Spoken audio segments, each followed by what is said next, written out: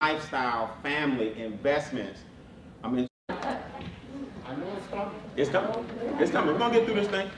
Do y'all know anytime there's a lot of chaos, there's opportunity? Yeah. You know you're going to be able to look back and tell your grandchildren you survived the pandemic and got rich? Yeah. Do you know you're telling a story right now, you just don't know because it's still unfolding? Yeah. Do you know that your children and your grandchildren and your great-grandchildren one day are going to look at you and say, what did you do to change our legacy? And you're going to say, I survived the pandemic. I drove 12 hours. I got my mind right. I got my money right. And now my children, grandchildren, and great-grandchildren are starting with a head what? Start.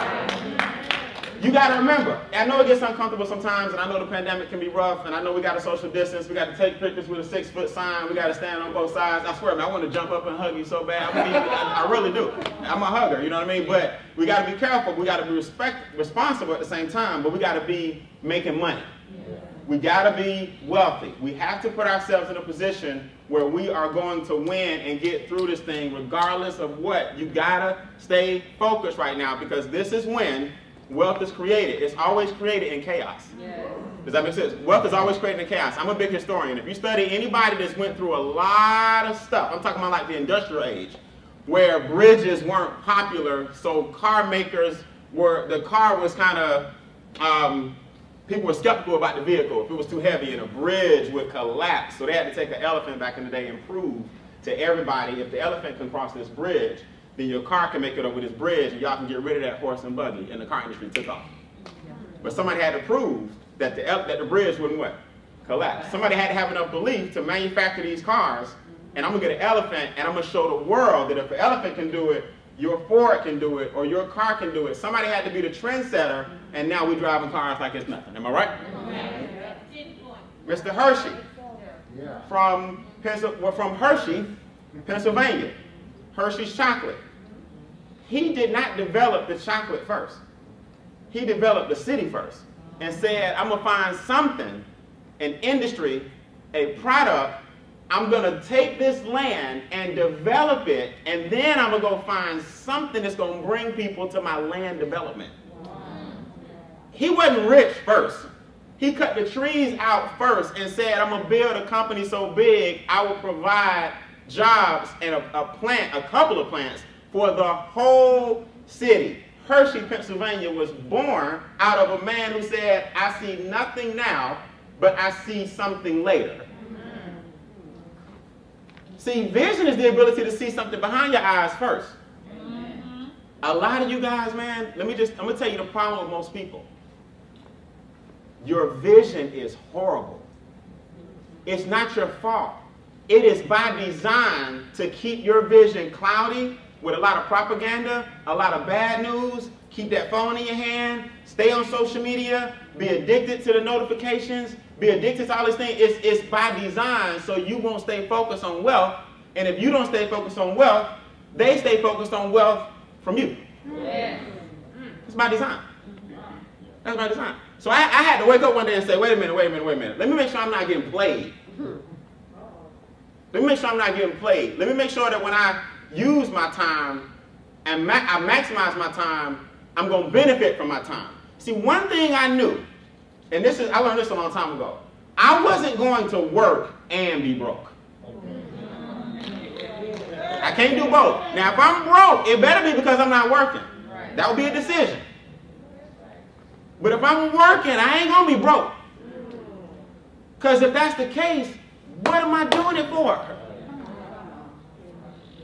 So, when I made that decision that I was not going to be broke and busy, I got busy, launched my busyness, and I ain't been broken forever. Does that make sense? There's a difference between busy and busyness. See, some of y'all talk income shifting. You talk it. You know the verbiage. You know the language. You know all of that. But you don't believe that your Schedule C at the end of the year is going to save you no taxes. You don't believe it. Because if you did believe it, you would be more responsible with that tax bill. Charles, you know the problem? Not quote unquote with your training. Most people are poor students. They're going to go right back to being them.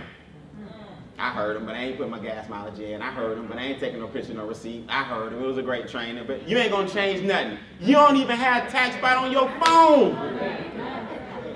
I'm not gonna do it, but I could check. I'd be like, show it to me. Look, you know, right now the internet.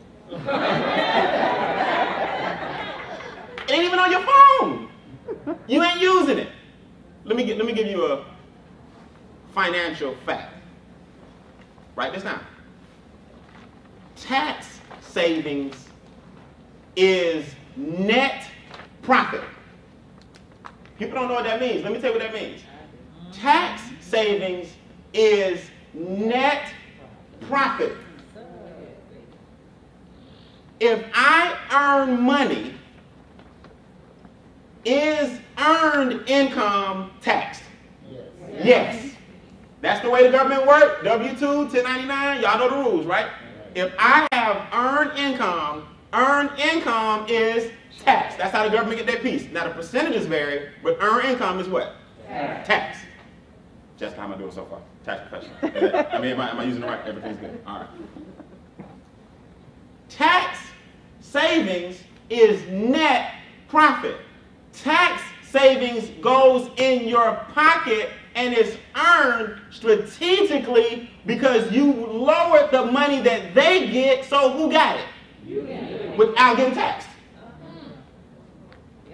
So if I make $80,000 a year and I deduct $22,000 a year, then I'm taxed on the balance. But if I deducted this on things that I was going to do what? Anyway, that money, in other words, my taxable income would have been higher, and I'd have got taxed on the 80 if I didn't have all these what? Why you ain't taking pictures of them? Come on. That's net money that the government's not taking from you because you already spent it eating. That's called a necessity. Raise your hand, you got to eat. That's a necessity. My son just turned 17? Yeah. Good Lord, the boy's 17. Do y'all think he over there on the wheels of steel just because I need him? Nope. He working. Turn me up, Kai. Turn him down, Kai. Give him a beat, Kai. Bring her up, Kai. Volume, Kai. Too high, too low. Paycheck. Now he ain't gonna get it. He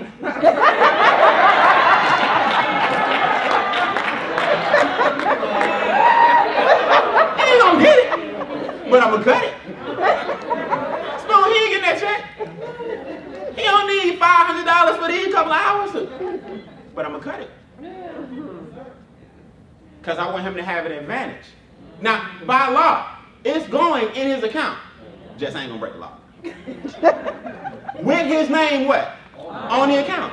Custodial on the account. The direct deposit, he gets paid twice a month. It will be there, direct deposit.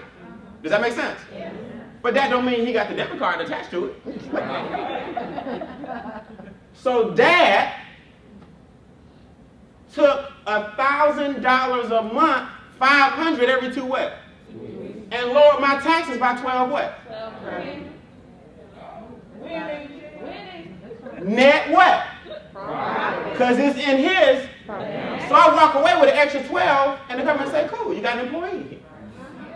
But the smart thing about the home-based business, the employee eat off me anyway. So it ain't an extra hire. You see the difference? He got to get the PlayStation from that account. I can't write off the PlayStation. TaxBot ain't going. You can't say who? Sony. Where? Walmart. What? PlayStation. For what? Christmas. They're like, no. No, that ain't for the business. You're stretching. But I can say salary, $500 on the 15th. Salary, $500 on the 30th. Makai, you want a PlayStation? Yeah. Here's your debit card. So it was written off with pre-tax dollars. People aren't. The reason y'all not listening to Charles's training is because you've forgotten how to be a good student. See, we ain't been in school in a long time. So you forgetting how to be a good student back in the day. If we'd have taught you this stuff when you was in 9th, 10th, 11th, 12th, you'd be a beast with finances. Because back then your mind was sharp, you didn't go through no divorce, your heart wasn't broke. Not really broke yet. We ain't talking about the flesh. We talking about shattered. You ain't been through a whole bunch of stuff. But we'd have caught you with this stuff freshman, sophomore, junior, senior. You'd be like, shoot, I'm a beast with my finances. So we got to come up here and I got to get on you about being a poor steward of your money, because for so long you ain't been worried about it. We just trying to get by. See, some of y'all talk income shifting. Some of us live it. Some of us live it. Brian, can I hire my niece, my nephew? What if I don't have a child, this and that? The answer is yes, but you're missing the point. Now you're creating an extra expense. The reason that the best one is the child is because that's where funds are already what? Going. So people say, now Brian, I can handle my niece and nephew. Well, yeah, if your nieces and nephews, if you're already kind of doing that anyway, you need to put them on what? On payroll. I'm not here to talk about hiring your children. I'm talking about your mindset. Net tax savings is net profit. I put an extra 12 grand in my pocket. If I don't pay him, the government taxes the 12. I gotta pay him.